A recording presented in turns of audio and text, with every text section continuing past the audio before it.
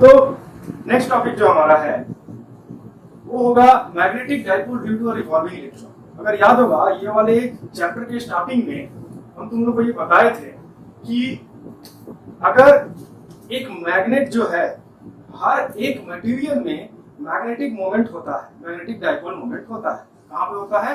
Revolving electron. तुम लोग हम डोमेन थ्योरी समझाए थे जिसमें क्या होता है कि एक एटम में जो इलेक्ट्रॉन रिवॉल्व करता रहता है उस रिवॉल्यूशन के कारण वहां पे एक मैग्नेटिक डाइपोल क्रिएट होता है। इनफैक्ट एटम एक जगह पे स्पिन करता है, उस स्पिन एक्शन के कारण भी एक मैग्नेटिक डाइपोल क्रिएट होता है। तो ऐसे करते करते ही अगर हमारे पास बहुत सारे इलेक्ट्रॉन्स हो जाएंगे तो सारे इलेक्ट्रॉन्स का डाइपोल मोमेंट को अगर हम लोग ऐड कर दिए तो नेट डाइपोल मोमेंट निकल के आता है। और सारे नेट डाइपोल मोमेंट्स को हम लोग वेक्टर सम कर दिए तो उस मटेरियल का डाइपोल मोमेंट निकल के आता है। अगर डाइपोल मोमेंट एक डायरेक्शन में अलाइन रहेगा तो वो मटेरियल भी मैग्नेट की तरह बन जाएगा, और डाइपोल मोमेंट सारे मिसअलाइंड रहेंगे तो क्या होगा? फाइनली एक दूसरे को वो लोग कैंसिल कर देंगे और net dipole moment resultant zero निकल के आएगा। ये हम लोग पहले टॉपिक में डिस्कस कर चुके हैं। अभी हम लोग का ये टॉपिक है कि जब हम लोग को इतना मालूम है कि एक इलेक्ट्रॉन अगर गोल गोल घूम रहा है तो उसके कारण उसका एक डाइपोल मोमेंट बनता है, तो उस डाइपोल मोमेंट का फॉर्मूला क्या है तो हम लोग को वो निकालना है। और थ्रू आउट द प्रोसेस आगे बढ़ते बढ़ते हम लोग बोर्स मैग्नेट्रॉन भी निकाल देंगे। चलो आगे बढ़ते हैं। तो हमारा टॉपिक होगा magnetic dipole moment of a revolving electron. Magnetic dipole moment of a revolving electron.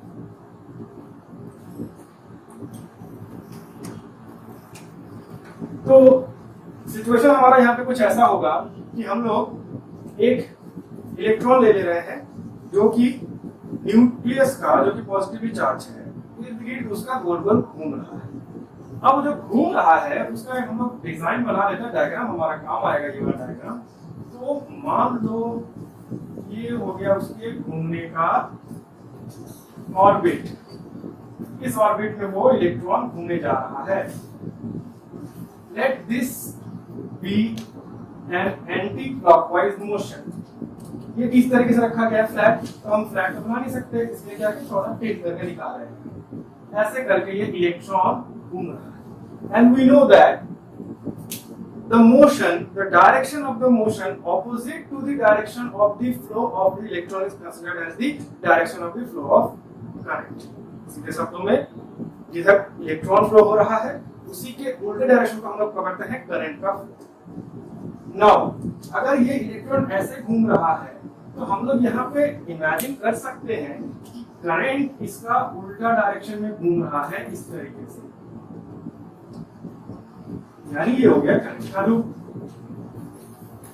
I current. अब हम लोग क्या कर रहे हैं, इसका मैग्नेटिक डाइपोल मोमेंट निकालना है इसी इलेक्ट्रॉन का। तो हमारे पास एक बेसिक फॉर्मूला तो है ही, magnetic dipole moment m is equal to, बहुत बड़ा जगह चाहिए थोड़ा ऊपर से लिखते हैं, magnetic dipole moment m is equal to I into a। अब यहाँ पे इसी को हम लोग क्या करेंगे, एक्सपैंड करते जाएंगे और हमें अपना फॉर्मूला मिल जाएगा। जैसे कि सबसे पहले यहाँ पे काम करेंगे एरिया पे। एरिया जो हम लोग देखेंगे किसका एरिया चाहिए, हमको इसी के लूप का एरिया चाहिए। इमेजिन कर लो ये जो लूप घूम रहा है, जो इलेक्ट्रॉन जिस लूप में घूम रहा है उसका रेडियस अगर r पकड़ लिए तो एरिया क्या हो जाएगा, पाई r स्क्वायर। सिंपल सी बात है। करंट की बात करते हैं तो थोड़ा सा हम लोग साइड डेरिवेशंस करते हैं। फॉर I क्या हो जाएगा, हम लोग को मालूम है current is equal to charge per unit time. अब यही फॉर्मूले को इसमें अगर ढालेंगे तो ये क्या हो जाएगा, ये हो जाएगा charge of an electron E पकड़ लेते हैं एंड T के बदले हम लोग टाइम पीरियड ऑफ 1 रेवोल्यूशन ले लेते हैं। अब आगे देखो, ये एंगुलर मोशन है तो हम लोग क्या करते हैं, एंगुलर वेलोसिटी पकड़ लेते हैं, यानी let the angular velocity of this electron be omega. तो अगर वो एंगुलर वेलोसिटी हो गया तो हम लोग लिख सकते हैं कि एंगुलर वेलोसिटी यानी we know angular velocity omega is equal to 2 pi by t। हालांकि जो फॉर्मूला दिख रहा है 2 पाई बाय t, ये हम लोग एंगुलर वेलोसिटी की फॉर्मूला नहीं लिए हैं, ये एंगुलर फ्रीक्वेंसी का फॉर्मूला लिए हैं। बट हम लोग क्लास 11 में पढ़ चुके थे कि एंगुलर वेलोसिटी यानी एंगुलर मोशन, सर्कुलर मोशन में एंगुलर वेलोसिटी और एंगुलर फ्रीक्वेंसी, इस एक ही चीज को हम लोग कहते हैं। लीनियर मोशन में वेलोसिटी और फ्रीक्वेंसी अलग अलग मतलब रखता है, बट एंगुलर मोशन में एंगुलर वेलोसिटी और एंगुलर फ्रीक्वेंसी ये एक ही चीज मतलब बनता है अल्टीमेटली। इसीलिए दोनों का अपना अपना फॉर्मूला है, लेकिन हम लोग इंटरचेंज करके लिख सकते हैं। तो ओमेगा को हम लोग यहाँ पे बोलते हैं angular velocity of the that omega with the angular velocity of this moving electron, and from there we can write omega is equal to 2 pi by t, thus we can say here that t is equal to 2 pi by omega. तो ये जो t दिख रहा है इसी को हम लोग यहाँ पे अब लिख सकते हैं I is equal to, ऊपर में चला जाएगा 2 पाई, नहीं ऊपर में ओमेगा आ जाएगा e ओमेगा बाय 2 पाई, ये हो गया। यानी I is equal to t के बदले हम लोग क्या लिखते हैं 2 पाई बाय ओमेगा, ओमेगा ऊपर चला गया यानी e ओमेगा बाय 2 पाई। और फॉर ए तो हम लोग को नहीं क्या करना है, for area A let r be the radius of this revolution, then a is equal to pi r square। अब I का वैल्यू और A का वैल्यू को पुट कर देते हैं इस फॉर्मूले में, that means इसको इक्वेशन 2 पकड़ लेते हैं, इसको इक्वेशन 3 पकड़ लेते हैं, इसको इक्वेशन 1 पकड़ लेते हैं।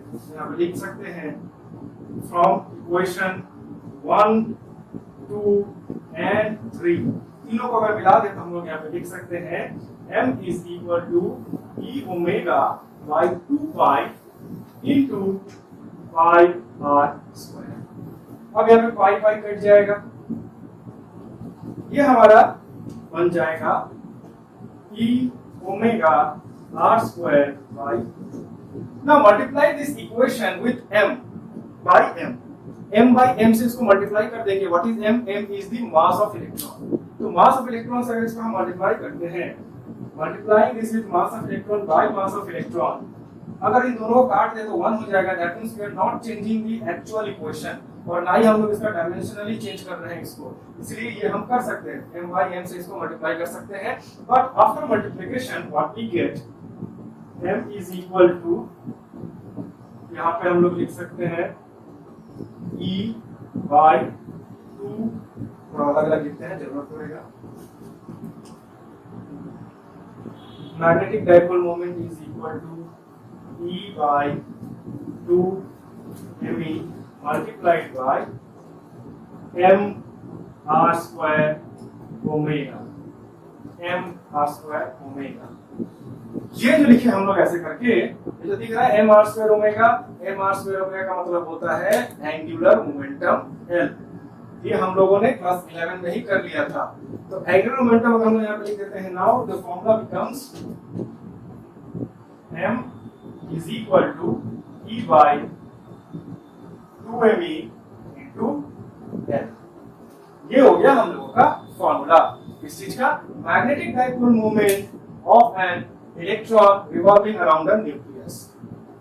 इस फॉर्मूले को अगर हम लोग वेक्टर के रूप में लिखना चाहें तो we need to find the directions of magnetic dipole moment and another vector that ये एंगुलर मोमेंटम, बिकॉज़ चार्ज तो एक स्केलर क्वांटिटी होता है, मास तो एक स्केलर क्वांटिटी होता है, 2 तो एक नंबर है, तो l एक वेक्टर क्वांटिटी है। तो l का डायरेक्शन कैसा है यहाँ पे, तो अगर देखें हम लोग, magnetic dipole moment depends upon the direction of the current, whereas angular dipole या angular momentum depends upon the actual motion of the body. तो यहाँ पर देखो, actual motion of the body is in the anti clockwise direction, whereas m जो है depend करता है current के ऊपर, तो current is in clockwise direction.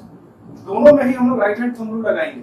तो मैग्नेटिक मोमेंट के लिए, मैग्नेटिक डाइपोल मोमेंट के लिए हम लोग करंट के डायरेक्शन को पकड़ेंगे, because magnetic moment is equal to I into A। वहां पे करंट को हम लोग मेन फैक्टर देते हैं हम लोग। तो करंट अगर पकड़ते हैं तो करंट इधर जा रहा है, current is moving in the clockwise direction, यानी ऊपर से हम देखें किधर घूम रहा है, ऐसे घूम रहा है, यानी ऐसे करके ये घूम रहा है।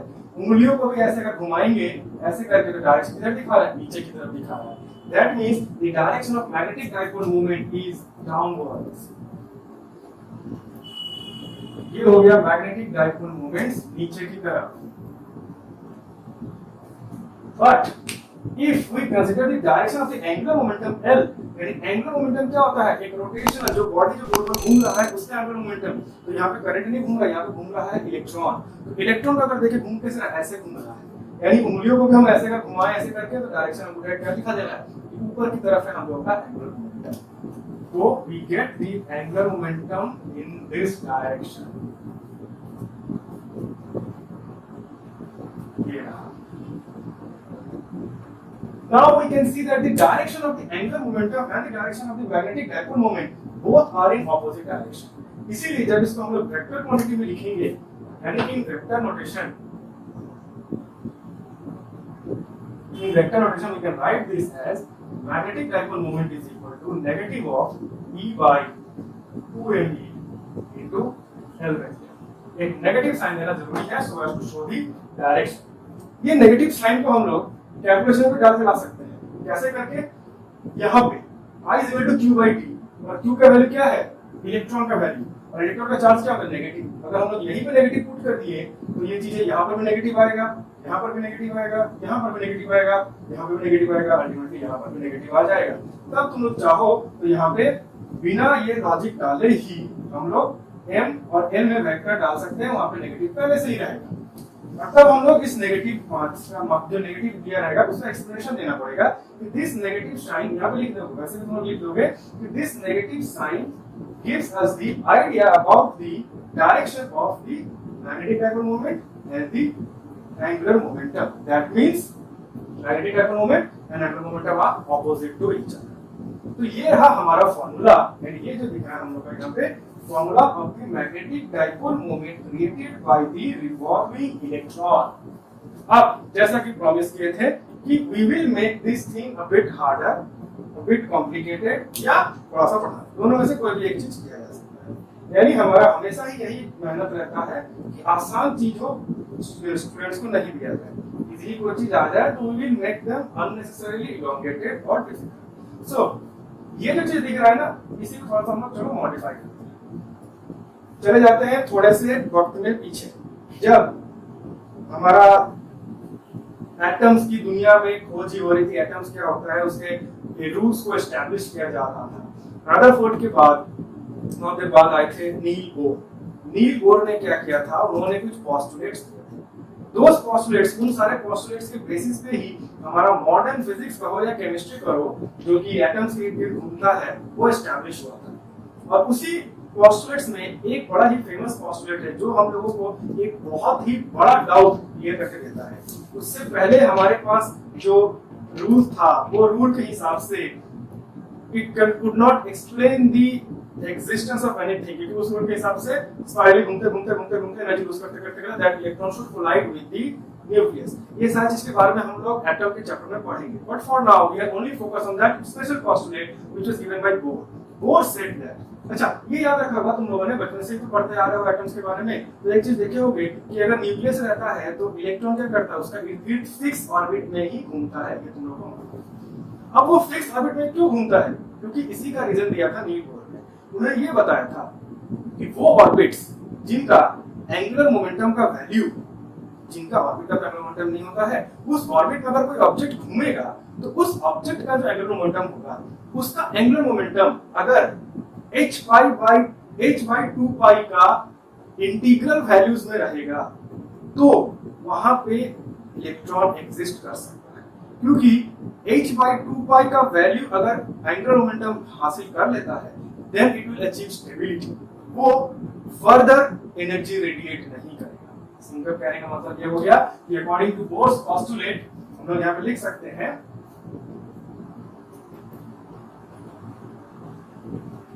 according to Bohr's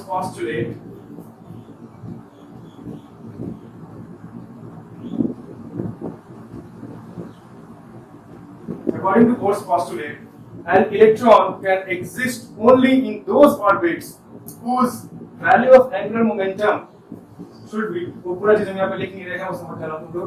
According to Bohr, L must be equal to integral multiple of h by 2 pi। What is h here? H is Planck's constant, 6.632 into 10 power minus 11। Sir ऐसा कुछ वैल्यू होता है, लेट मी कंफर्म। हाँ, minus 34, 6.632 into 10 power minus 34 होता है। तो this is the Planck's constant। Now, according to Bohr, L is equal to n into h by 2 pi, where h is Planck's constant whose value is 6.1632 10 to the power of minus 34. अब ये जो n क्या है? n is the integral multiple. Integral multiple का मतलब क्या हुआ? n is equal to 1 मतलब क्या होगा? पहला orbit. n is equal to 2 मतलब क्या होगा? दूसरा ऑर्बिट. जितना चाहिए ऑर्बिट तुमको उतने में n का वैल्यू पुट कर दो. तो पहले ऑर्बिट में अगर कोई इलेक्ट्रॉन घूम रहा है तो उस इलेक्ट्रॉन का एंगुलर मोमेंटम क्या हो जाएगा? n equal to 1 पुट कर दो, h by 2 pi वो हो जाएगा उसका एंगुलर मोमेंटम. दूसरे ऑर्बिट में घूम रहा है तो इनटू 2 कर दो, अगर उसका एंगुलर मोमेंटम उतना अचीव किया तो उसका दूसरा ऑर्बिट कराएगा और उसमें आराम से वो घूम सकता है. उसको छोड़ के अगर वो नेक्स्ट किसी भी और ऑर्बिट में आता है तो इंस्टेंटली एनर्जी लूज करना शुरू करेगा और नीचे गिरना शुरू कर देगा. यानी इसीलिए हम लोग कहते हैं कि इलेक्ट्रॉन एनर्जी गेन करता है तो दूसरा ऑर्बिट में जाता है, लेकिन लूज करके पहला ऑर्बिट में आ जाता है. बिकॉज़ वो बीच में कहीं पे नहीं रह सकता है, वो दोनों में से किसी एक ऑर्बिट में रह सकता है. यानी n का integral multiple h by 2 pi के इंटीग्रल मल्टीपल्स में ही रह सकता है. Now let us put this thing here. l का मतलब ये होता है, चलो इसको यहां पे पुट कर देते हैं. तो व्हाट वी गेट, मान लो इसको हम लोग बोल देते हैं equation number 4. From 4 we get magnetic dipole moment is equal to, n को वैसे ही बाहर ही रखते हैं हम लोग, यहाँ पे ले लेते हैं E into H, नीचे वहां पर 2 mm मिलेगा, यानी 2 और 2 4 हो जाएगा, 4 pi m. This is the value which we will get. यानी magnetic dipole moment is equal to integral multiple multiplied by the EH by 4 pi m. अब यहाँ पे ये क्या बताता है हम लोग? ये हम लोग को बता रहा है हर एक ऑर्बिट में जो इलेक्ट्रॉन घूम रहा है, हर एक ऑर्बिट में जो इलेक्ट्रॉन घूम रहा है उस इलेक्ट्रॉन का मैग्नेटिक मोमेंट क्या होता है. अगर पहले ऑर्बिट में इलेक्ट्रॉन घूम रहा है तो एक का वैल्यू 1 दे दो, दूसरा मैग्नेटिक डाइपोल मोमेंट हमको पता चलता है. दूसरा ऑर्बिट में अगर घूम रहा है तो यहाँ पे 2 पुट कर दो, हम लोग को यहाँ पे दूसरा ऑर्बिट का मैग्नेटिक डाइपोल मोमेंट पता चलता है. बोर मैग्नेट्रॉन किसको कहते हैं? बोर ने क्या किया था, ये चीज प्रेडिक्ट किया था, लेकिन ओनली फॉर हाइड्रोजन. बोर की जितने भी पोस्टुलेट्स हैं इसमें एक ड्रॉबैक है कि ये सिर्फ और सिर्फ हाइड्रोजन के लिए ही काम करता है. नॉट सिर्फ और सिर्फ हाइड्रोजन के लिए, मैक्सिमम चीजें कॉम्प्लिकेटेड हायर ऑर्बिट्स वाले या हेवियर एलिमेंट के लिए भी काम करता है, बट कुछ चीजें हैं जो काम नहीं करता है. बोर का पोस्टुलेट हाइड्रोजन पे परफेक्ट फिट करता है. तो हाइड्रोजन में सिर्फ एक ही ऑर्बिट होता है, तो बोर ने ये चीज सिर्फ एक ही ऑर्बिट के लिए प्लान किया था, पहले ऑर्बिट के लिए. यानी for n equal to 1, for n equal to 1 we get m equal to E h by 4 pi and E. अब इसमें देखो E का वैल्यू कांस्टेंट है, h का वैल्यू कांस्टेंट है, 4 pi कांस्टेंट है, m कांस्टेंट है. यानी this will give us a fix value. कैसे निकालेंगे इसका वैल्यू? काम करते हैं, देखते हैं सारे वैल्यू अगर हम लोग किए, यानी m is equal to E क्या हो जाएगा 1.6 into 10 to the power of minus 19 Guna h हो जाएगा 6.632, 63 लिखते हैं, into 10 to the power of minus 34 और डिवाइडेड बाय 4 रह जाएगा, pi हो जाएगा 22 by 7 और मास ऑफ इलेक्ट्रॉन हो जाएगा 9.1 into 10 to the power of minus 31 kg. यानी इसको अगर हम लोग अच्छे से सॉल्व किए then we will get a value magnetic dipole moment जो हम लोग निकल के आएगा in this case will be 9.27 10 to the power of minus 24. 9.27 into 10 to the power of minus 24 ampere meter square. Ampere meter square is the unit of magnetic dipole moment. ध्यान रखना, कैसे निकालेंगे ampere metre square? Because magnetic dipole moment का formula क्या है? I into A.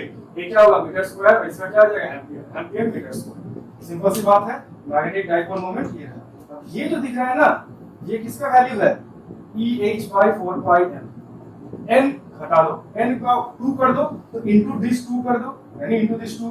ये जो basic value या मिनिमम वैल्यू किसी भी इलेक्ट्रॉन में या किसी भी एटम में कम से कम मैग्नेटिक डाइपोल मोमेंट इतना होगा. बिकॉज़ यहाँ पे इंटर क्या दिया हमको? फर्स्ट ऑर्बिट के लिए 2 ऑर्बिट रहेगा, दूसरा ऑर्बिट में क्या कर देंगे? इसको into 2 कर देंगे. यानी इसको हम क्या कह सकते हैं दूसरे शब्दों में कि Bohr's magnetron is the minimum value of the magnetic dipole moment a atom can achieve. तो या तीसरे शब्दों में कह सकते हैं कि Bohr's magnetron is the magnetic dipole moment of a hydrogen atom only for the orbital motion. क्यों ओनली फॉर ऑर्बिटल मोशन बोले? बिकॉज़ तब से हम लोग यही बोलते आ रहे हैं कि जब एक इलेक्ट्रॉन गोल गोल घूमता है ऐसे करके रिवॉल्यूशन करता है, तब उसके रिवॉल्यूशन के कारण एक मैग्नेटिक डाइपोल मोमेंट क्रिएट होता है जो हम लोगों ने अभी कहा. अब वो अपने जगह पे गोल गोल घूमता है, लेकिन स्पिन एक्शन भी होता है उसका. उस स्पिन एक्शन के कारण भी हम लोग मैग्नेटिक डायपोल मोमेंट निकाल सकते हैं। फाइनली इसके मैग्नेटिक डायपोल मोमेंट और इसके मैग्नेटिक डायपोल मोमेंट यानी रिवॉल्यूशन के कारण और स्पिन एक्शन के कारण मैग्नेटिक डायपोल मोमेंट का वेक्टर्स हम लोग करते हैं, तब जाके हम लोग को एक एटम का मैग्नेटिक डायपोल मोमेंट निकल के आता है। ऐसे करके अगर बहुत सारे इलेक्ट्रॉन्स है तो सभी का सेम ऑपरेशन परफॉर्म करना पड़ेगा, तब जाके फाइनली एक एटम का हम लोग को मैग्नेटिक डायपोल मोमेंट निकल के आता है। तो जो स्पिन एक्शन के कारण मैग्नेटिक डायपोल मोमेंट होता है वो हमारे क्लास 12 में नहीं है, ओनली रिवॉल्यूशन एक्शन के कारण जो मैग्नेटिक डायपोल मोमेंट होता है वही हम लोग को निकलता है। तो ये निकल गया है फोर्स मैग्नेटॉन, स्पेलिंग याद रखना, इसी को कहते हैं या इसको दोनों से किसी को भी कह सकते हो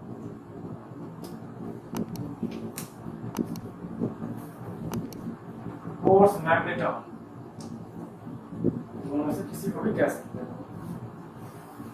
तो फाइनली ये रहा हमारा कंप्लीट डेरिवेशन या information about the magnetic dipole moment of a revolving electron. तो देख लो अगर इसमें कहीं पे कोई डाउट है तो बताओ, हम क्लियर करें।